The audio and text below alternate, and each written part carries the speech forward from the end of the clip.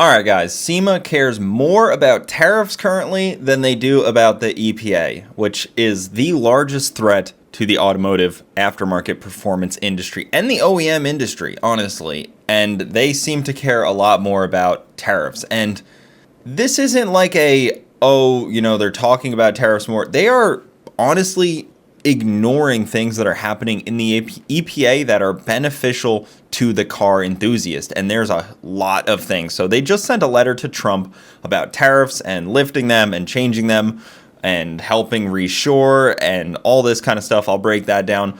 But they've skipped over a bunch of big things that are happening in the EPA.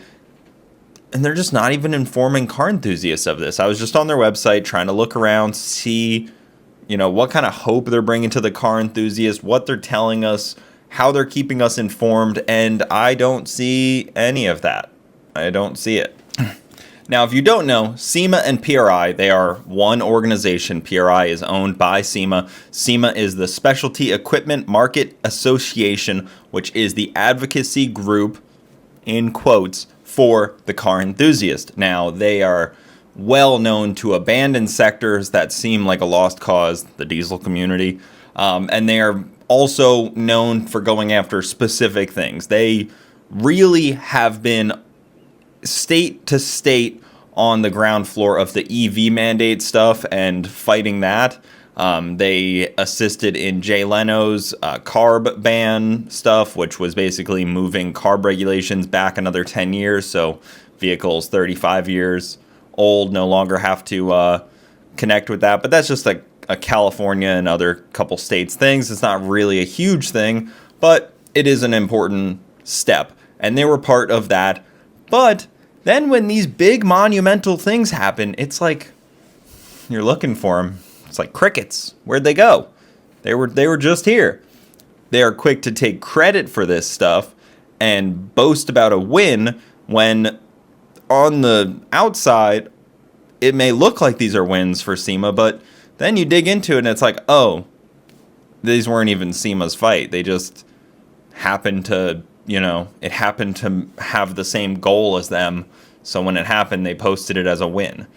There are currently people that have spent millions of dollars in fines and attacks that are just left high and dry at the moment. They're not talked about, they're ignored, and then all of a sudden, how do you think they feel when tariffs become the news? So, SEMA, a little bit about them, 7,500 members, they contribute, the automotive aftermarket industry is 1.3 million US jobs and contributes $337 billion annually to the economy. And this letter was sent to Trump. I got a little breakdown for it. Tariff impacts. While acknowledging the administration's effort to bolster American manufacturing, SEMA highlights that tariffs in auto parts, steel, aluminum, and other components are adversely affecting small and medium-sized businesses. These tariffs had led to increased costs, cash flow issues, and supply chain disruptions. Now, I agree with all that. I'm actually anti-tariffs, I'm anti-taxes, and I think this is just a tax, and it's going to hurt a lot of small businesses, even the ones made in the U.S. Challenges in reshoring SEMA. Challenges in reshoring. SEMA members aiming to bring manufacturing back to the U.S. face significant hurdles. For instance, a Louisiana-based manufacturer encounters tariffs on imported molds and toolings. The machinery required for operations is only available from overseas suppliers, notably in Germany and China. Tariffs on such equipment substantially raise costs, making reshoring economically challenging.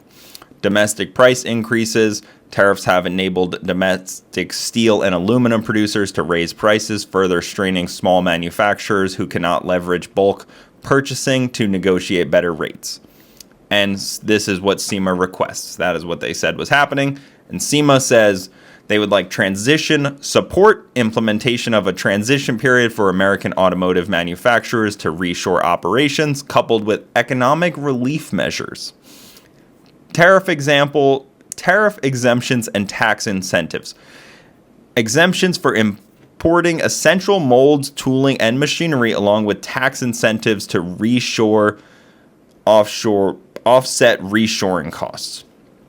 regulatory and tax reforms, long-term certainty through positive tax policies and regulatory performances to ensure sustainable investments in U.S. manufacturing. So the one that really sticks out is the economic relief measures. So they're kind of wanting a bailout, like a money from the government. And that's what it feels like is happening. They are trying to get some kickback for bringing manufacturing back.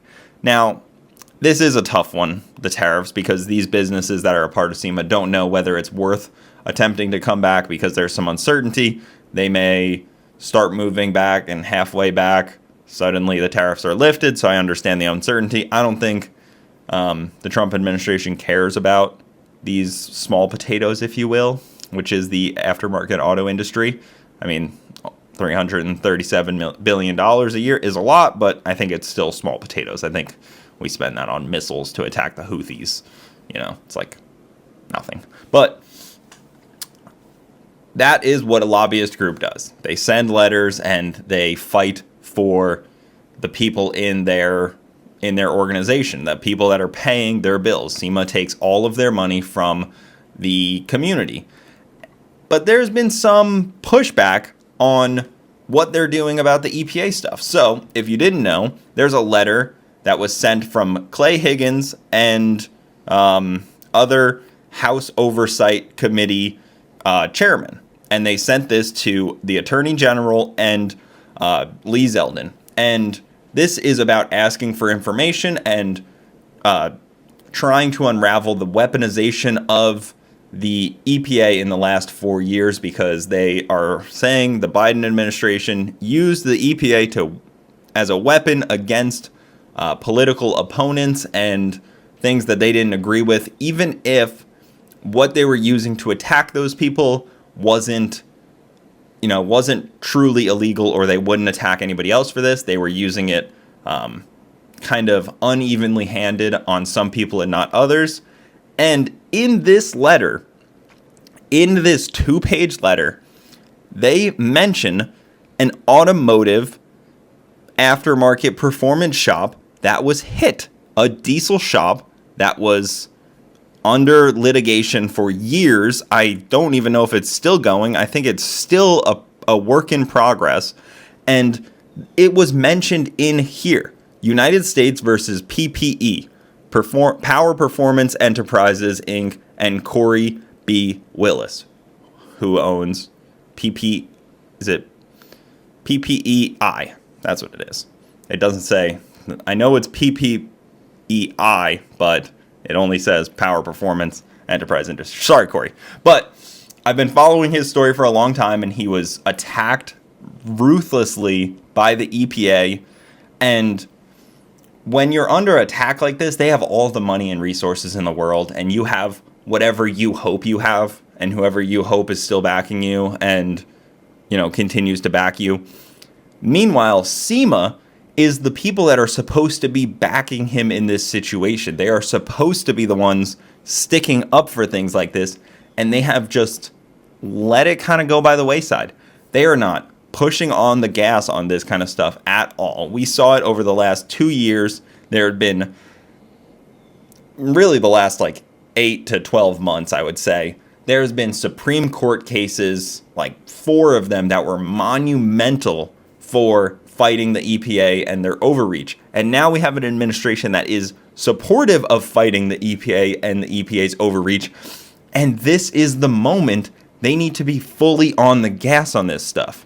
And here they are talking about tariffs. Yeah, tariffs are stupid, but we need to be talking about the EPA stuff right now while you can. Tomorrow is April 25th, and that is when this letter says that the subcommittee investigation and oversight of this matter has to come out. That is when the EPA and DOJ are supposed to brief this committee on what they found. They sent this a few weeks ago, and now they have to do it because it is a congressional request.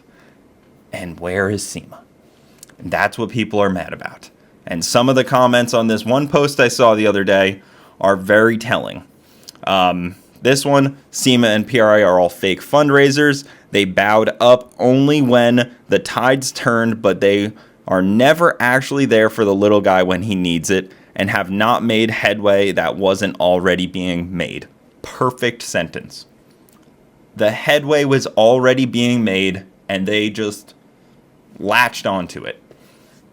Here's another one. We all know where their loyalty lies based on their silence. Too much at stake with CARB. Yes, exactly. And another one, this is true.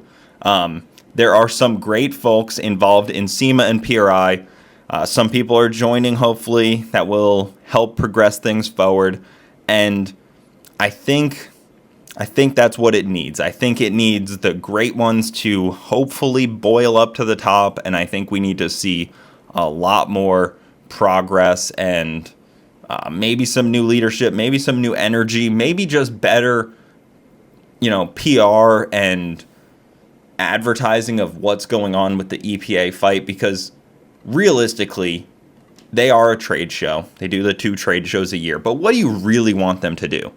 Fight for your rights to modify a car. That's what we all want. And here they are, not doing that. Talking about tariffs. Go look at their website. You'll see very little of interest about EPA stuff. And this is the time when you got to rally people. You were fighting the fight-ish during the Biden administration, but now that there's a guy in there, Lee Zeldin, who will actually help on this stuff, it's like crickets. It shows the loyalty. And this is not to, I was going to say this is not to bash SEMA, but I mean, it's just ridiculous. And I've attacked them on other occasions because I disagree with some things that they do. This is what I've said. SEMA is the NRA, all about the money grab, and can really care less. Yes, if they can just keep kicking the can down the road, keep taking some money in, and they will compromise at any turn, they're in there, they're fine, they don't care. Just kind of keep it rolling, hire the next guy, fire him, hire the next guy, fire him, until there's nothing left, and then who cares at that point, right? You did your job, your resume looks nice, and you move on with your life. And that's kind of where we're at. So hopefully something happens. Hopefully I'm wrong and there's some looming, bomb about to explode, and SEMA's about to announce all of these great things that they just did and accomplished for the car community. And I'm going to have to make a follow-up video telling you guys how I was wrong. I'm fine with doing that. I'll happily do that. I will happily make a follow-up video saying how wrong I am on all this. But until then, it's just crickets and it's nothing of interest. They are the largest automotive lobbying group, and they are doing a shit job, I would say, for the EPA stuff. At least they're doing a bad job informing us. If I'm wrong, prove me wrong, but go look around. Tell me, go see what Fox News is saying about the EPA or CNN, and then look at what information SEMA's telling you about it, which is where you should be getting this information from, and you'll see a stark contrast of no news and news. It's like, do you want us to be uninformed? Do you want people not to know what's going on? These problems are still real. People are still getting hit by EPA fines and stuff. Until it stops, and until these laws start to get rolled back, your foot needs to be firmly on the gas pedal. But that's it, guys. Thank you so much for watching. If you like this kind of stuff, hit the subscribe button, and I will see you next time.